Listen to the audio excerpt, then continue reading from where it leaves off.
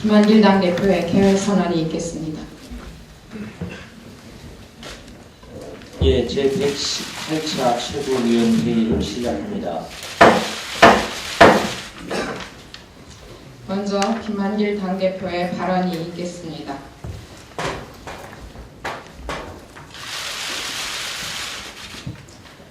우리 문재인 후보 아드님이 지난 주말에 결혼했다고 하는데 워낙 조용하게 결혼식을 치르신 모양입니다. 우리 당원들과 함께 경사를 축하드립니다. 박근혜 정부가 출범한 지 내일로 1년을 맞습니다. 박근혜 대통령의 배신과 무능을 지적한 신문 칼럼을 2번 다시 읽었습니다.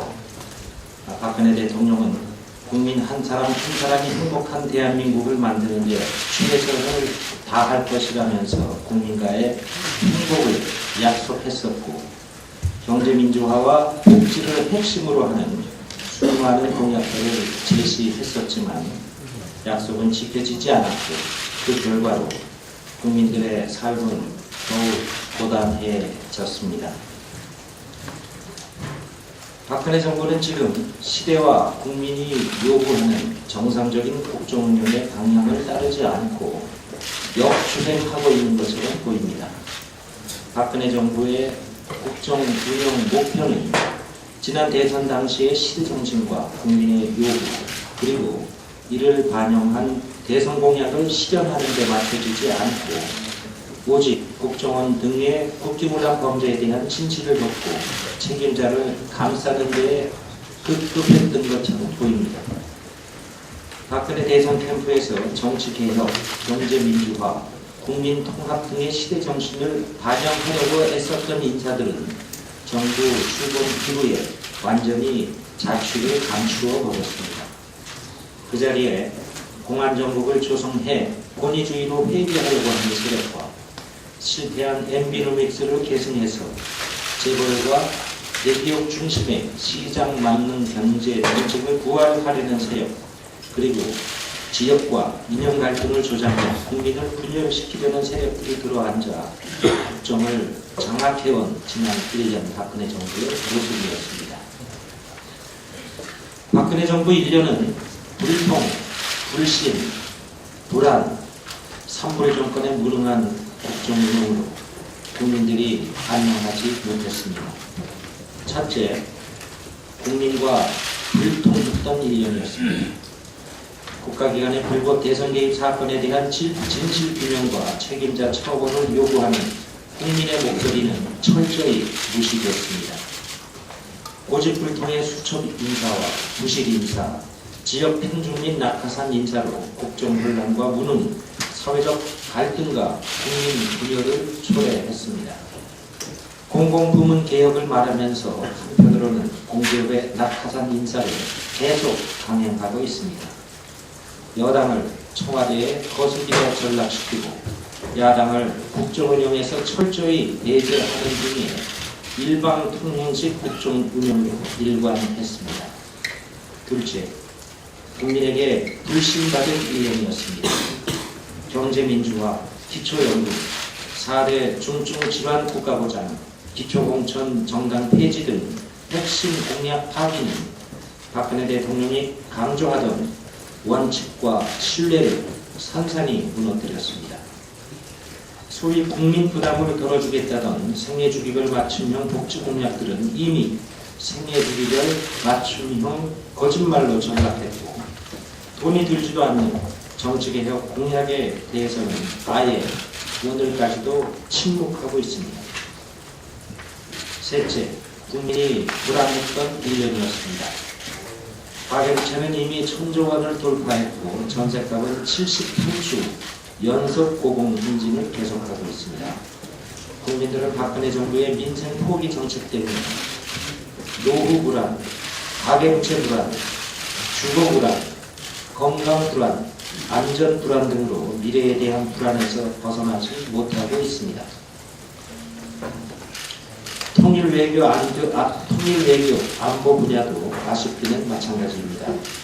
이산가족 상봉이 성사된 것은 평가할 만한 일입니다. 이번 이산가족 상봉이 남북관계 개선의 출발점이 되길 바랍니다. 하지만 특히 미-중 간 패권 경쟁과 중일 간 군사적 갈등 등 동북아 신냉전 구도의 위험성마저 제기되고 있는 현 상황에서 어떻게 동북아 평화협력 구상을 실현할 것인지에 대한 전략이 부재한 것처럼 보입니다. 최근 박 대통령이 통일은 대박이라는 말로 통일의 중요성을 환기시킨 점은 환영합니다만 그 대박을 어떻게 실현할 것인지 그 과정에 대한 고민이 없다는 점에서 우려하지 않을 수가 없습니다. 과정으로서의 통일을 여야와 국민이 함께 만들어가기 위해서 통일시대 중기위원회의 구성을 다시 한번 제안합니다. 박근혜 정부 국정운영 성적표는 박근혜 대통령의 퇴행적인 공안과 불통의 정치를 통한 국민평가르기의 결과 절반의 국민들로부터는 점수를 따고 있지만 나머지 절반의 국민들로부터는 납제점을 받고 있습니다. 그래서 불합격입니다. 우리 사회의 가장 큰 문제인 양극화와 불평등을 해소해야 할 막중한 책임이 있는 정부가 도리어 국민들을 분열시켜 양극단의 평가를 받고 있기 때문입니다. 특히 각계 전문가들의 평가는 대부분이 불합격 점수를 주고 있습니다. 경실련이 교수 등 지식인 집단을 상대로 한 박근혜 정부 1년 국정운영 전문가 평가를 보면 지식인 집단의 42%가 박근혜 정부는 지난 1년간 잘한 정책이 전혀 없다고 답하고 있습니다. 박근혜 대통령의 직무수행 능력 점수는 C-였습니다. 전문가들의 70%는 박 대통령 직무수행 능력 저해 요인으로 낡은 사고와 구시대적 상황인식을 지적했고 52%가 기득권 세력 친화적 정책 추진으로 정책 공공성이 결여됐다고 지적했습니다. 박근혜 대통령은 전문가들과 시민사회의 이러한 지적에 대해서 겸허하게 귀를 기울여야 할 것입니다. 대통령이 되고 나서 보인 박근혜 대통령의 변심보다 더 무서운 것은 민심의 변심이라는 충고를 드립니다. 박근혜 정부의 집권 2년 차를 시작하면서 박근혜 정부의 전면적인 국정 쇄신이 필요한 시점입니다. 이에 우리 민주당은 국정 정상화를 위한 국민의 7대 요구를 다음과 같이 밝힙니다. 첫째, 박근혜 대통령 당선 이후에 폐기되거나 말바꾸기한 대선 공약은 원안대로 이행해서 민생과 정치를 살려내야 합니다. 경제민주화, 복지, 정치개혁 공약이 이에 해당할 것입니다. 둘째, 국정원 등 국가기관의 불법 대선 개입 사건에 대한 진실을 규명하기 위한 특검을 즉각 수용해야 합니다. 셋째, 국가기관이 공문서 위조 등 증거 조작으로 사법 정의를 왜곡시키는 사상 초유의 사건에 대해서 국정조사와 특검을 실시하고 공문서 위조의 주역인 국정원과 검찰에 대한 개혁을 단행해야 합니다. 넷째, 정부와 가계의 부채가 모두 1천조 원 시대에 직면했습니다. 정부는 재정 건전성 회복을 위한 비상대책을 시급히 마련해야 할 것입니다. 다섯째, 정부는 과정이 빠진 통일 해방론의 환상에서 깨어나 과정으로서의 통일을 국민에게 제시해야 합니다. 여섯째, 막연한 구호처럼 들리는 창조 경제에 대한 집착에서 벗어나서 성장과 복지가 선순환하는 성장, 갑과 을이 함께하는 성장, 수도권과 지방이 균형 있게 발전하는 성장 등 구체적이고 새로운 성장 전략을 국민께 제시해야 합니다.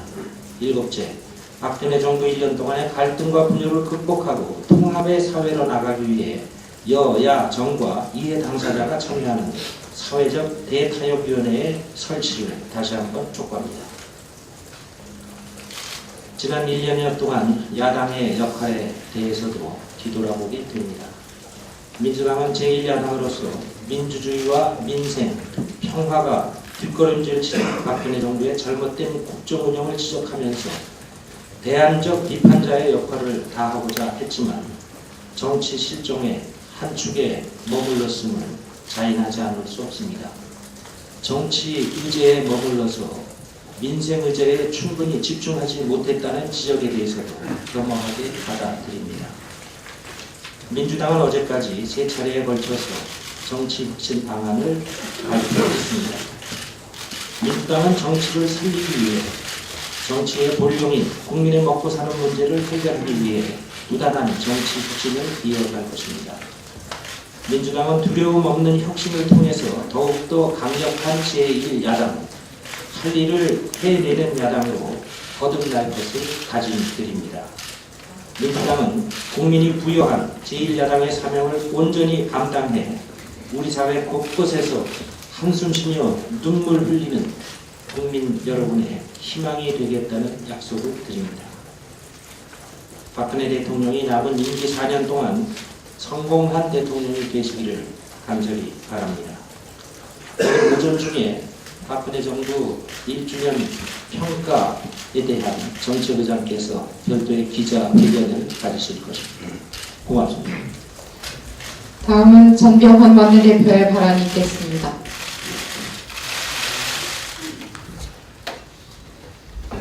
소치 동계올림픽이 개막됐습니다. 멋진 플레이와 최선을 다하는 올림픽 정신을 유감없이 보여준 우리 모든 선수들에게 큰 박수를 보냅니다. 또한 아쉬움도 적지 않았습니다. 김연아 선수의 은메달도 빅토르 안의 금메달도 모두 뼈아픈 대한민국 체육계의 한계이자 현실이었습니다. 이제 4년 뒤 평창올림픽에 관련해서 준비해야 할 것들이 많다는 것이 입증되었습니다. 경기장 시설만 준비할 게 아니라 투명한 체육계와 스포츠 외교 강화 등 진정한 스포츠 강국이 되는 노력이 절실합니다. 평창에서는 국민이 선수에게 미안해하는 일이 없었으면 좋겠다는 생각입니다. 박근혜 정부 출범 1년입니다. 마음속에서 보고 나서 1년을 축하하는 사람들이 누가 있을까 싶습니다. 참으로 안타깝고 아쉬운 현실입니다. 지난 1년을 되돌아보면 추락, 후퇴, 파기, 그리고 파탄 등 온갖 부정적 단어들만 떠올리게 되는 유감스러운 현실입니다. 지난 1년 국민의 살림살이는 더 고단해졌고 국민의 안전은 위협받고 있습니다.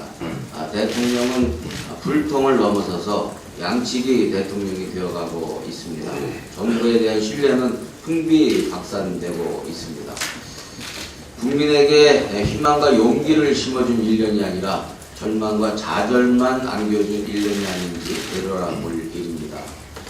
불통, 불신, 불안의 산불 정권이자 민주주의 파괴, 민생 파탄, 약속 파기의 3파 정권입니다. 지난 1년은 산불 3파 정권이 아니었는가 되돌아봐야 될 것입니다.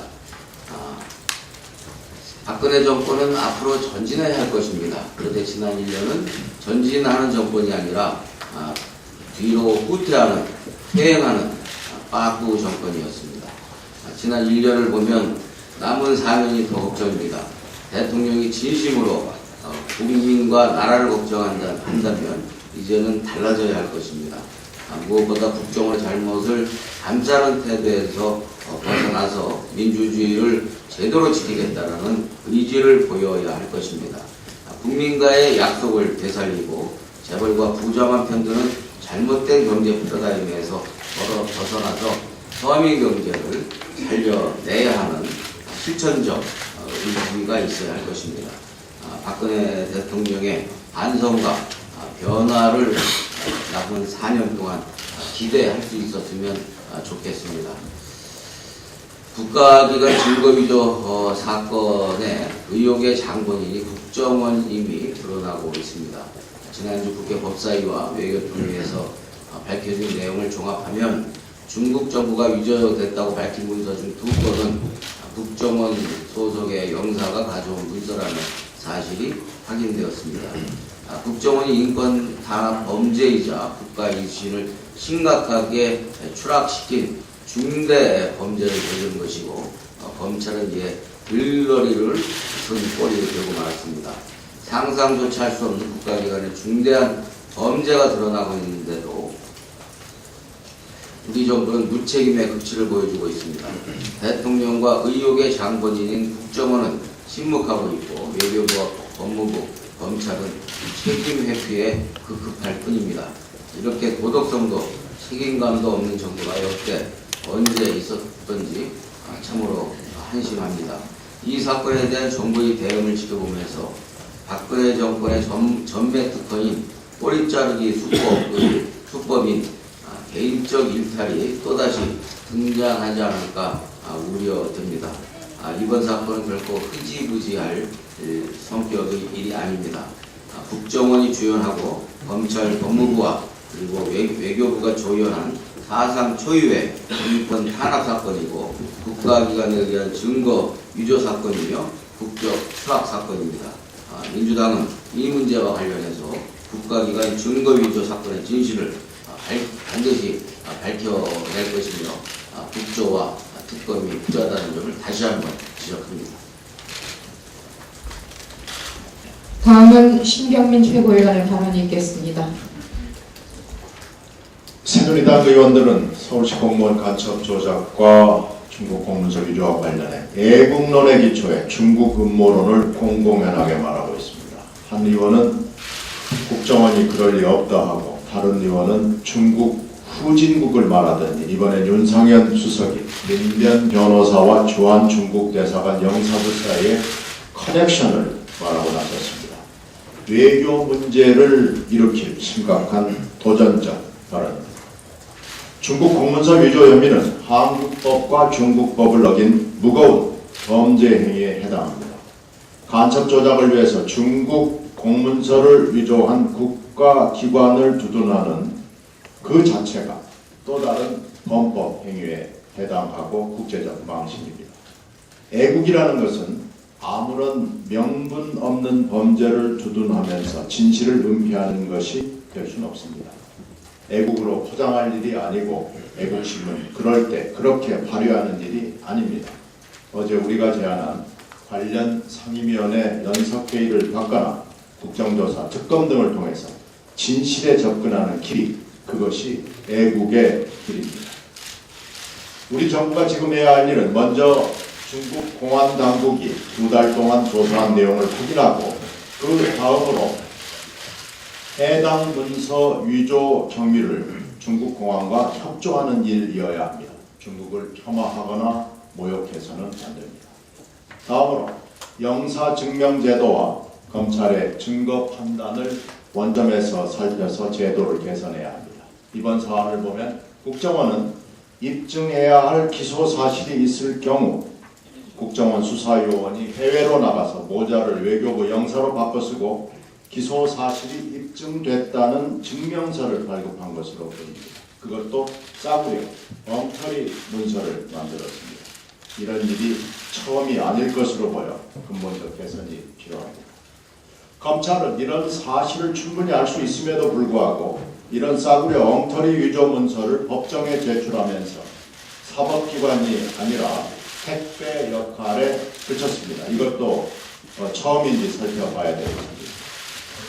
또 검찰은 수사가 아니라 조사를 한다면서 선양 총영사를 무슨 권한으로 어떤 성격의 조사를 한 것인지 모르겠습니다. 그렇다면 이미 귀국한 선양 총영사관의 정보 책임자와 정보 실무자는 왜 조사하지 않습니까?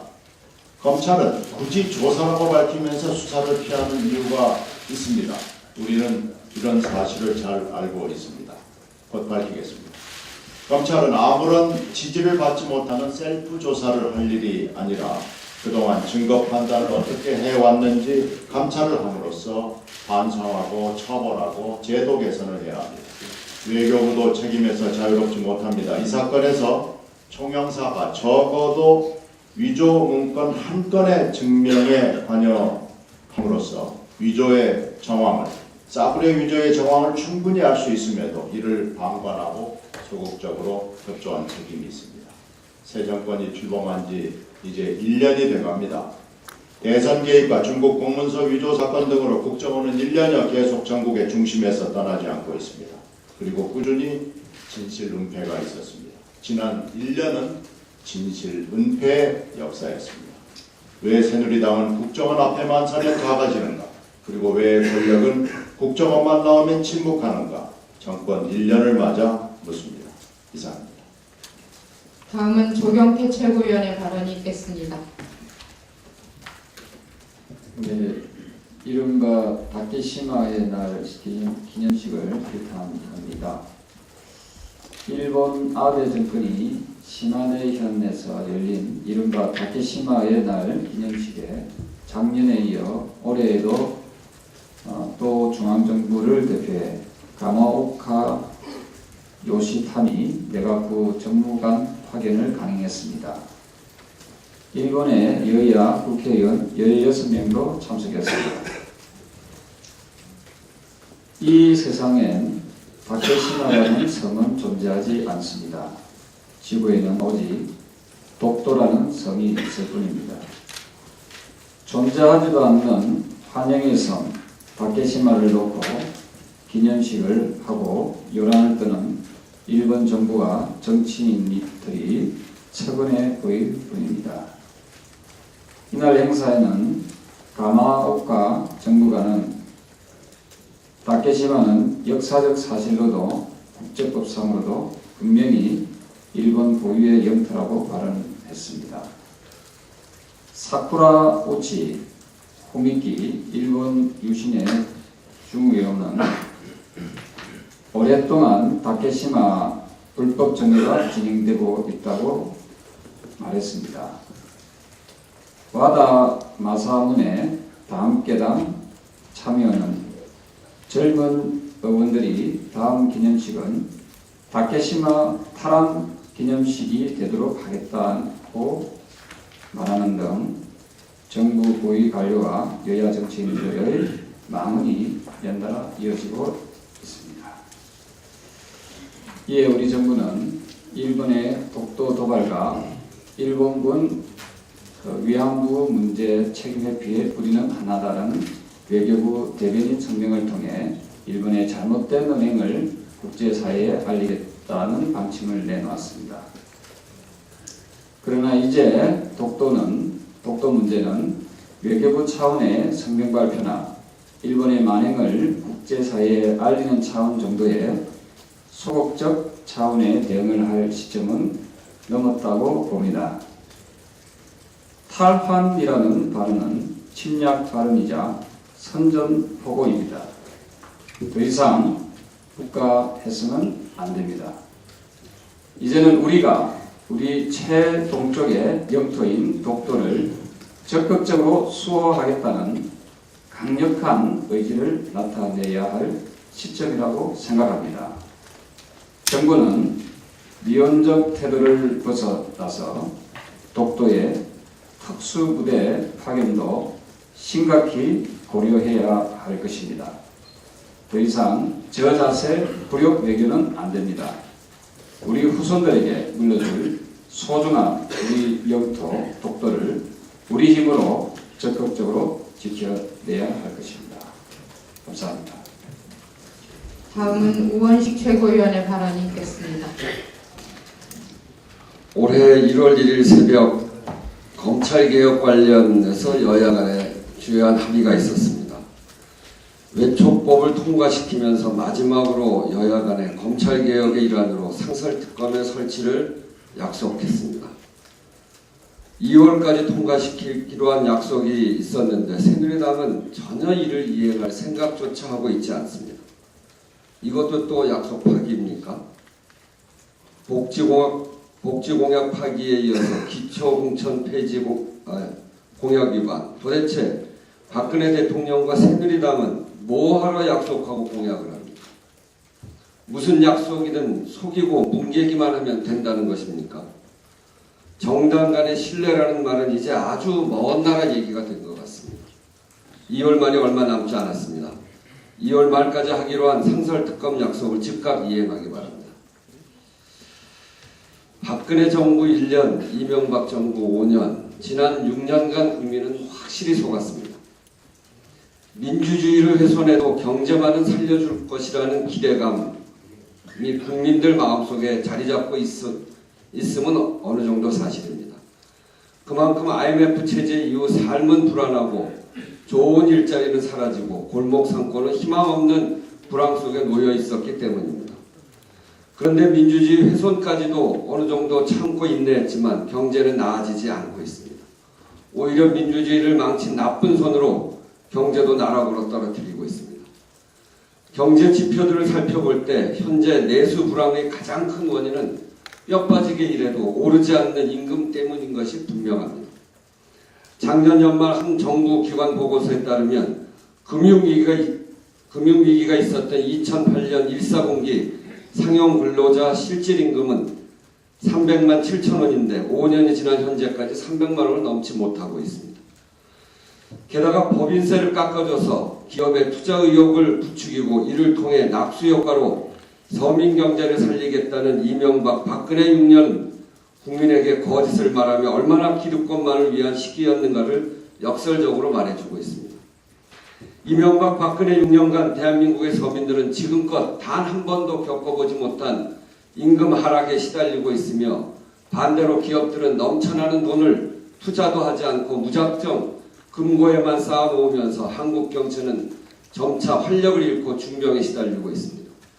상황이 이렇다면 대다수 근로서민들이 일한 만큼 임금을 받을 수 있게 만들어줘야 하며 기업들은 금고에 쌓인 돈을 정당한 근로의 대가에 맞게 지불해야 하며 국민 경제의 활성화를 위해 투자하게 만들어야 합니다. 박근혜 대통령도 자신이 당선되기 전까지 경제민주화를 통해 해법을 모색하겠다고 약속했고 지금은 인정하지 않으려 하지만 그래서 당선됐다는 자명한 사실을 부정해서는 안 됩니다. 그러나 경제를 살리겠다는 이명박 대통령의 거짓말처럼 박근혜 대통령 경제민주화도 거짓말이 되고 있습니다. 복지와 경제민주화 공약 배신은 국가기관 대선 개입과 같은 절차적 정당성의 문제와 더불어 실질적인 국가운영 능력에 있어서도 그 자격을 의심할 수밖에 없는 것입니다. 결국 박 대통령은 이번 변심을 부정하고 정당화하기 위해 대선 개입 수사방해 NLL 대화록 유출, 서울시 공무원 간첩 증거 조작처럼 공안 통치 방식으로 반대하는 국민들의 입을 틀어막으면서 대한민국을 수박 쪼개는 두 국민 전략을 취하고 있습니다. 또 한편으로는 이명박 정부와 유사하게 지난 외초법 파동 때처럼 극소수 재벌의 사익을 위해서는 어떤 수단과 방법도 불사하면서까지 무한한 혜택을 제공하고 있는 반면 소득이 늘지 않고 질 좋은 일자리는 생겨나지 않아 장기 불황에 허덕이는 서민 경제 구조적 모순을 해결하기 위해 경제민주화를 통한 구조개혁은 외면하고 시간제 일자리와 같은 억지 고용 늘리기 전략이나 부동산 거품 매달리기, 밑도 끝도 없는 창조경제와 같은 면피용 대책으로 일관하고 있습니다. 결국 이대로라면 박근혜 정부 1년, 아니 앞으로 남은 4년도 이명박 정부 5년과 본질적으로 같을 것이고 이는 정말로 서민에게 악몽과 같은 10년이 될 것이 분명합니다. 이렇게 되는 것을 막는 것이 민주당의 의무이고 민주당이 사력을 다해 국민의 신뢰를 다시 얻어야 하는 이유입니다. 열심히 하겠습니다. 다음은 박혜자 최고위원의 발언이 있겠습니다. 네, 내일이면 박근혜 대통령 취임 1년이죠. 기초노령연금 공약부터 시작해서 모든 공약을 폐기하거나 후퇴시킨 1년이었습니다. 특히 지역균형발전 약속에도 불구하고 영남을 제외하고 다른 지역은 철저히 소외시키고 있습니다. 2014년 예산 중에서 경북은 SOC 예산이 20% 가까이 증가하면서 광역단체 중 최고액인 2조 9,329억 원을 기록했지만 경남 7.9%, 대구도 3%가량 늘었습니다. 그러나 전남북의 SOC 예산은 7 내지 10% 감소했습니다. 지방 공약의 파괴는 더욱 심각합니다. 민주당이 121개의 지방 공약을 분석해본 결과 60개 공약이 파기되거나 후퇴, 지연된 상태인 것으로 나타났습니다. 물론 그 중에서도 대구나 경북, 경남의 공약 이행률은 상대적으로 높은 편이었습니다. 이렇게 지역 균형이 아니라 지역 편중을 심화시키면서 박근혜 대통령과 새누리당이 이번 6월 지방선거에서는 또다시 뭐라고 거짓말을 할지 지켜볼 것입니다. 거짓말이 거의 사기 수준이기 때문에 경각심을 갖고 지켜보겠습니다. 네. 우선 2월 21일 선양 총영사를 외교통일위원회 상임위원회 출석시켜서 전반적인 보고를 받고 그 진위에 대해서 질문을 했습니다.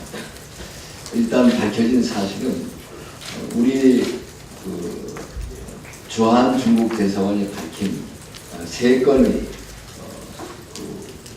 공문서가 위조되었다는 점입니다.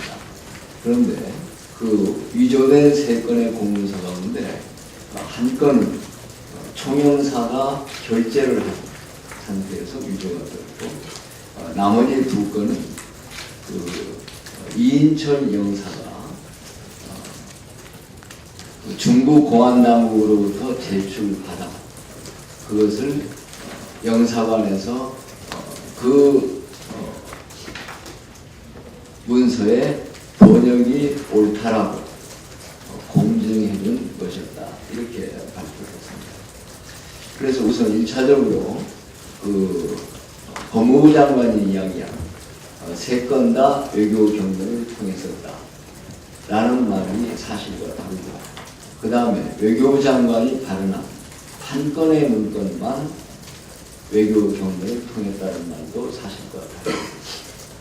그리고 더 핵심적인 것은 그 3 문건 다 어떻게 그런 위조된 문건이 우리 외교 경로를 통해서 검찰에 제출되는가 하는 데 대한 답이 없습니다. 우선 현재까지 밝혀진 기본 사항은 그렇고요. 따라서 일단 지금 그 2 측면에서 이 문제에 접근하고자 합니다. 첫째는 여통위 법사위 합동으로 연석회의를 하자고 국회법 60조에 따라서 요청을 했습니다. 이제 오늘 그 결과를 지켜보면서 앞으로 우리 당이 어떻게 대응을 나갈 것인가를 생각해보도록 하겠습니다. 또한 이 요청은 누구에게 하는 거죠? 일단 양 상임위원회 위원장들한테, 그래서 그 외통위는 외통위원장에게, 그리고 법사위는 법사위원장에게 하겠습니다. 그 다음에 2번째 방문으로는 어쨌든 중국 대사관 방문과 선양 방문, 영사관 방문이 필요한 것으로 보입니다. 1차로 중국 대사관과 접촉을 시작했습니다. 그래서 빠른 시일 내에 중국 대사관을 방문해서 중국 정부가 보는 이 사건의 성격, 그리고 중국 정부가 한국 정부에 대해서 요청하는 것이 무엇인가에 대한 의견을 듣고자 합니다. 2번째는 선양 총영사관을 방문하고자 합니다. 거기에서는 대체로 어떤 경로를 통해서 그런 문건들이 입수가 됐는지, 그리고 그 입수된 일자 및 그 내용에 대한 대장을 확인하고자 합니다. 또 아울러서 그것을 받았다라고 지금 지목되고 있는 이인철 영사에게 그 받은 경위에 대해서 묻고자 합니다. 대략 오늘 중으로 지금 말씀드린 그 외통위 법사위 합동연습회, 또 중국 대사관 방문, 선양 총영사관 방문, 오늘 중으로 윤곽이 착수되고 있습니다. 네. 예, 수고 많으십니다. 그럼 선양에 가게 되면 언제 가시죠? 지금 그 예정은 내일 중으로 가려고 생각하고 있습니다. 그러나 만약 중국 대사관 측이 먼저 잡히게 되면, 중국 대사관 방문이 그렇게 되면 조금 우선순위는 먼저 되는 쪽을 먼저 가보자. 네, 알겠습니다.